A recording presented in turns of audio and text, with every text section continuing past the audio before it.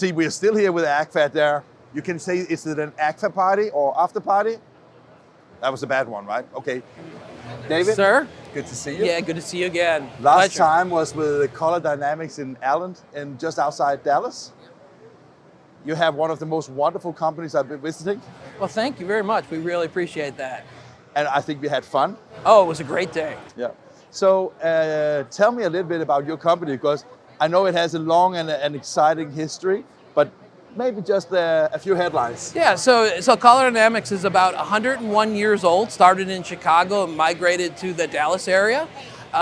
We mostly, in the beginning, were a producer for certain businesses and not in the commercial space. Over the years, we got into commercial printing, mostly sheet fed and web offset, but in the last 13 years, got into digital, and then 8 years ago, bought a wide format company and got into the wide format segment. So all of those things are under a single roof, and we're a single private entity, and now going from a supplier in a local area to a national company all over the United States. So when you acquired that large format company, was that the first, let's say, interaction you had with AGFA, or tell me a little bit how you got involved with AGFA? That is exactly correct. So when we purchased a really strong company in the Dallas area, they were a big supporter of AGFA. They also used other equipment from other manufacturers, but that was our first entry in being involved with AGFA. And it was very quick to see, as somebody that is buying someone else, how much AGFA brought to the table. They're very interested in participating with us and helping us through the transition and really being part of our growth pattern for the future. And we had a plan when we bought. We expected to double or triple the size of that company in a 5-year period, and AGFA was a huge part of that. And you told me when I visited you that you actually reduced the number of printing devices at the same time as you got more productive, right? Well, absolutely. I'm sure everybody listening to this has a problem with labor. It's hard to get people, and if you can produce more work with less machines and less labor, because it's just hard to find labor, it's a win-win for everybody.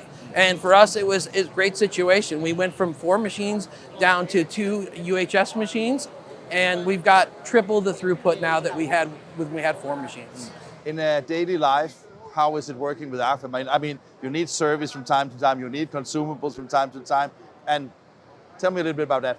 Well, one of the things I love about AGFA is, AGFA is making the consumable. They are making their own ink. So I'm not buying ink from them that's made by somebody else. I know it's optimized for their system. I love the fact that they make their equipment in North America, so I'm not dealing with time frames getting anything from outside the United States. So all of those things makes for a wonderful service situation.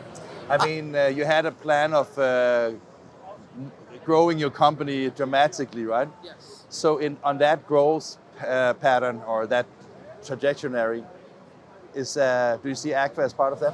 Absolutely. I'm really watching closely what they're doing with the Onset acquisition. I'm loving what they've done in the last year with moving their ink sets to that piece of equipment, and I could really see that as part of our future. But AGFA as a whole, they're always bringing wonderful things to the table. So I don't see a future without AGFA in it.